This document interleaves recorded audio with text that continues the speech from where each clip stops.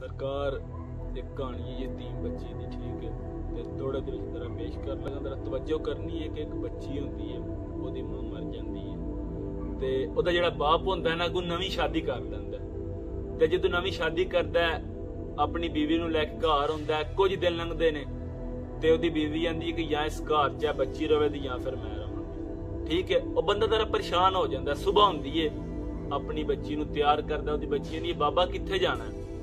ਉਹ ਆਂਦਾ कि आ तेनों ना तेरे तरह नानकिया नाल मिलवा लियावां। बच्ची बड़ी खुश हुंदी है, अब्बे दी उंगल फड़दी है ते नाल टुर पैंदी है। ते ओदा जेड़ा अब्बा हुंदा है ओ मतलब ओनू लै जांदा है किसे अमीर घराने दे घर। अमीर घराने दे घर लैके जाके ते उत्थे ना उन्हां नूं आंदा भी मेरी बच्ची तुसीं ले लो ते मतलब मेरा गुजारा नहीं इंज हुंदा, मेरी बीवी नहीं रहिंदी, ठीक है, मेरी बच्ची तुसीं रख लो। ते इन्हां आख के उसे बच्ची दे के ते जान लगदा है।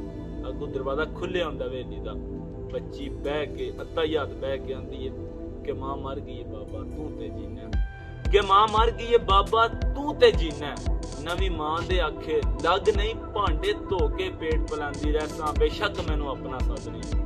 जान लगदा तो पिछे पल्ला फड़ के कि एडे अपने हून सफेद नहीं हुंदे, रस्से एहसास दे बाबा वड नहीं सट्टी बैठी है चादर पैरां विच, परदेस च कलियां छड्ड नहीं। ते सरकार इन्नी गल करके जो जान लगता है ना ते वापस मोड़ होंदा है, चुक के चादर अपनी धी दी सिर ते दे के आंदा कि मेरी मर गई है गैरत माफ क्या कर, कि मेरी मर गई है गैरत माफ क्या कर, मजबूर दा रज ना होवे, मन्ने हुक्म तो अपने मालक दा, चुप करके भांडे धोवे ते हथ बन के तेरे अगे मिन्नत करे ना, मेरी मिन्नत नू दिल च डोवे। कई प्यो दे जिंदियां मस्कीन हो जांदे ने, तुर जावां ते तू पुछू ना रोवे। ते सरकार ओ जिद्दू ओदा प्यो टुर जांदा, ठीक है, ते कोठी दा मालक बच्ची नूं फड़दा है, लैके जान लगदा बच्ची नूं दिल करदी है। कोठी दा मालक चंड मार लगदा ते ओ बच्ची पता लगी है।